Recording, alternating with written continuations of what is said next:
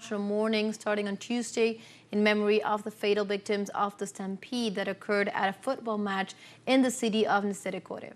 Prime Minister Amadou Odibar described the event as a national tragedy, saying that the flag will be flown at half-mast in Guinea's territory and at its diplomatic representations.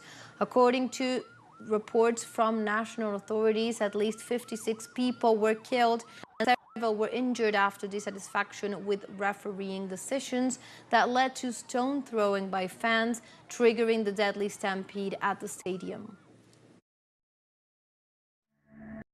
The President of Mexico, Claudia Sheinbaum, ruled out the possibility of a military invasion or operations by U.S. forces in the country before the inauguration of U.S. President-elect Donald Trump. The head of state assured that she will maintain a good relationship with the U.S. President-elect, highlighting that they recently spoke about collaboration regarding sovereignty. In addition, Sheinbaum indicated that the government is prepared to face the eventual massive deportation of undocumented migrants to Mexico, as Trump has anticipated. Sheinbaum also pointed out that Mexico will collaborate to address the migration issue. Still, she considered that the United States must maintain regular migration policies, such as those currently implemented by U.S. President Joe Biden. No va a ocurrir. It is not going to happen. There will be a good relationship with President Trump.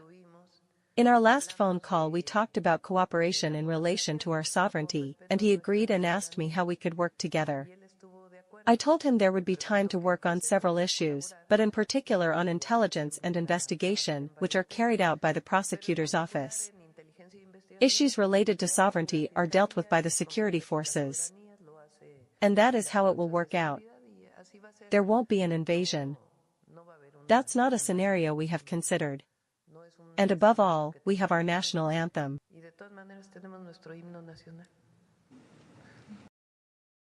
Likewise, Delcy Rodriguez highlighted that during 2024, the Venezuelan people achieved total supply after the shortage plan promoted by the extreme right in 2015. The year 2024 has become the year of the greatest supply in Venezuela.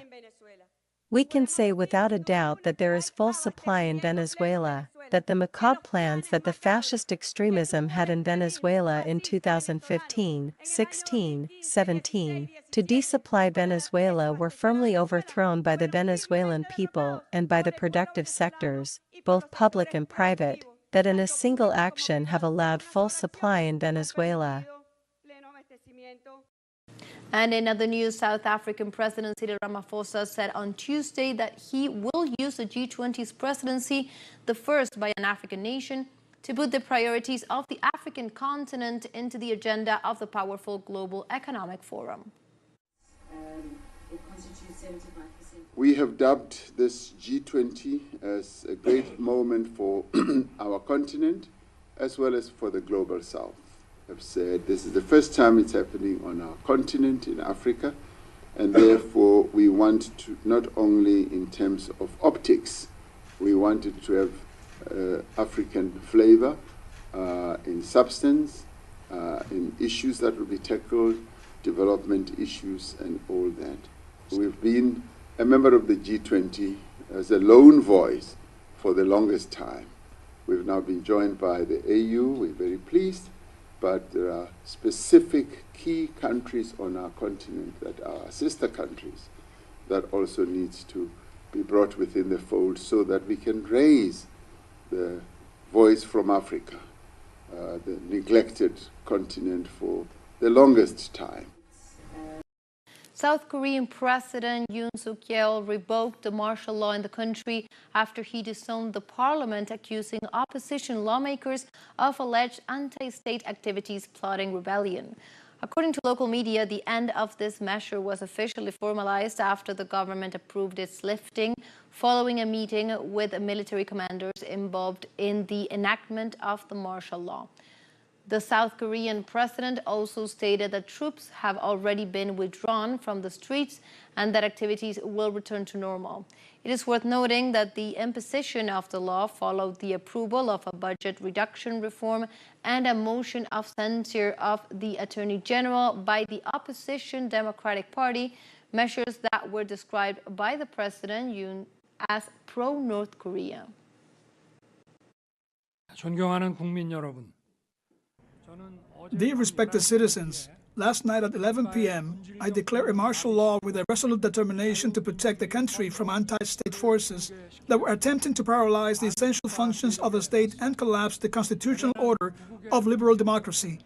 However, just a moment ago, the parliament demanded the lifting of the martial law, so I have ordered the withdrawal of the military forces deployed for this purpose.